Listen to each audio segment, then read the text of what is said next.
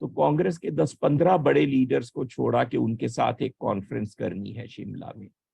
اور جب انہوں نے کہا کہ جی وہ ہمارے ہزاروں پڑے ہوئے ہیں جیلوں میں، تو ان کو صاف صاف بتا دیا کہ جی وہ پڑے رہیں گے جب تک جاپان سرنڈر نہیں کرے گا۔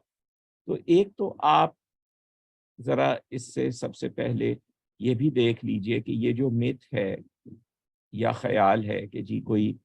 گاندھی جی کی بڑی پاپولیرٹی تھی یا کانگریس کی بڑی پاپولیرٹی تھی، یہ کیسی پاپولیرٹی تھی کہ 3 سال تک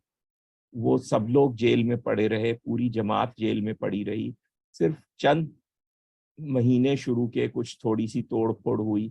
قابو پا لیا گیا اس پر، اس کے بعد کچھ نہیں۔ دوسری چیز آپ یہ دیکھیے کہ کانگریس اعلانیہ طور پر اس جنگ میں ایکسس پاورز کے ساتھ تھی، اور اس کے 2 فولڈ مقاصد ہی سامنے آتے ہیں یا پریزیوم کیے جا سکتے ہیں۔ ایک یہ ہے کہ انگریزوں کو بلیک میل کر کے انہی سے گارنٹی لے لیں کہ پاکستان نہیں بنے گا، پھر ان کا ساتھ دے دیں۔ اس صورت میں بھی اور اس کے بغیر بھی اگر جاپان کا قبضہ ہو جائے تو پھر جاپانیوں سے یہ کہنے کی پوزیشن بن جائے کہ یہ مسلمان تمہارے دشمن تھے، ہم نے تو دیکھو تمہارا یہاں پر قبضہ کروایا ہے۔ جو امپیریل جاپان تھا، آج کا جاپان بالکل ڈیفرنٹ آئیڈیالوجی رکھتا ہے، میری پارکر فالٹ والی، تو اس وقت کا امپیریل جاپان اور تھا، جس طرح سے اس وقت کا نازی جرمنی اور تھا، آج کا جرمنی اور ہے۔ یہ تو تھی وہ کانگریس جو انڈیا کے اندر جو کچھ وہ کر رہے تھے۔ اب آپ انڈیا سے باہر آئیں، کانگریس کے ایک پریزیڈنٹ تھے سبھاش چندر بوس، انہیں کانگریس نے پارٹی ڈسپلن کی خلاف ورزی کی وجہ سے نکال دیا تھا۔ وہ پھر جرمنی چلے گئے 1941 میں، وہاں انہوں نے نازیز کے ساتھ مل کر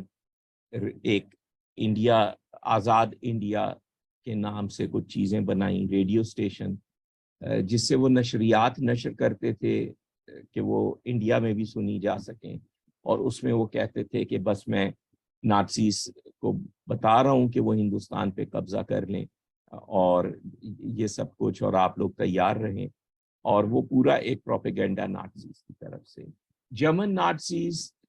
جن پرزنرز کو پکڑتے تھے جنگ میں، ان میں سے جو انڈین ہوتے تھے، جو برٹش آرمی میں بھرتی ہو کر برٹن کی طرف سے لڑ رہے ہوتے تھے، سبھاش چندر بوس کے حوالے کر دیے جاتے تھے، اور پھر یہ انہیں برین واش کر کے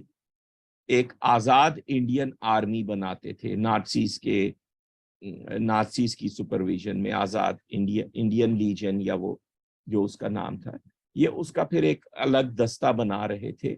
برین واش کیے ہوئے پرزنرز آف وار، جو ویسے ہی ہیومن رائٹس کے مطلب کرائم اگینسٹ ہیومینٹی ہے، آپ کسی پرزنر آف وار کو اس بات پر نہیں مائل کرنے کی کوشش کر سکتے کہ وہ اس ملک کے خلاف ہتھیار اٹھائے جس ملک کی حمایت میں لڑتے ہوئے آپ نے اسے پکڑا ہے۔ انہوں نے ہٹلر سے بڑی کوشش کی کہ ہٹلر انڈیا پر حملہ کرتے، جب وہ اس میں ناکام رہے تو پھر انہیں جاپان سے مشورہ کرنے بھیج دیا گیا کہ وہ جاپان کو کنونس کر لیں، جاپان زیادہ قریب ہے انڈیا سے، برما تک پہنچ رہا ہے، سنگاپور، برما، تو جاپان کے ساتھ مل کر پھر انہوں نے ایک آزاد ہند فوج بنائی، انڈین نیشنل آرمی، اور ایک آزاد ہند حکومت بھی قائم کی کالے پانی میں۔ اب وہ جزیرہ جاپانیز نیوی کے کنٹرول میں ہی رہا، وہاں پر ان کو ایک پپیٹ کنگ کے طور پر یا رولر کے طور پر وہ ایک بٹھا دیا گیا، اور وہاں پر ان کے کیبنیٹ بھی اور وہ سب کچھ، اسٹیٹ بینک نام کی بھی ایک کوئی چیز، لون لیے انہوں نے جاپانیوں سے کہ جب انڈیا کو آپ لوگ فتح کر لیں گے تو پھر انڈیا آپ کے یہ لونز ادا کر دے گا، اور وہاں پر انہوں نے فوج بھرتی کر کے، جس کی وہی پرزنرز آف وار سے برین واش کر کے کچھ نئے لوگ بھی آ جاتے تھے، ایک فوج بنائی، ایک پوائنٹ پر اس میں 50,000 کے قریب لوگ شامل تھے۔ جب برما فتح کر لیا جاپانیوں نے تو یہ انہوں نے آسام سائڈ سے کچھ ریڈز کی جاپانیز نے، اس میں ان کی فوج کے دستے بھی ساتھ شریک ہوئے، انہیں برٹش انڈین آرمی نے یعنی ان انڈینز نے جو برٹش آرمی میں تھے مار کے بھگا دیا واپس. تو وہ ایک دو دفعہ کے بعد پھر وہ اتنی زیادہ ہمت نہیں کر سکے, واپس چلے گئے. تو پھر یہ جو ان کی so called Indian national army تھی, یہ پھر مختلف قسم کی گیٹ کیپری کے کام جاپانیوں کے لیے پھر یہ لوگ کرتے رہے. ان کے پریزنز میں ایکسیکیوٹ کرنا, ٹارچر کرنا قیدیوں کو, اس قسم کی چیزیں. آخر میں پھر یہ ایک پلین کریش میں جاپان کی شکست کے زمانے میں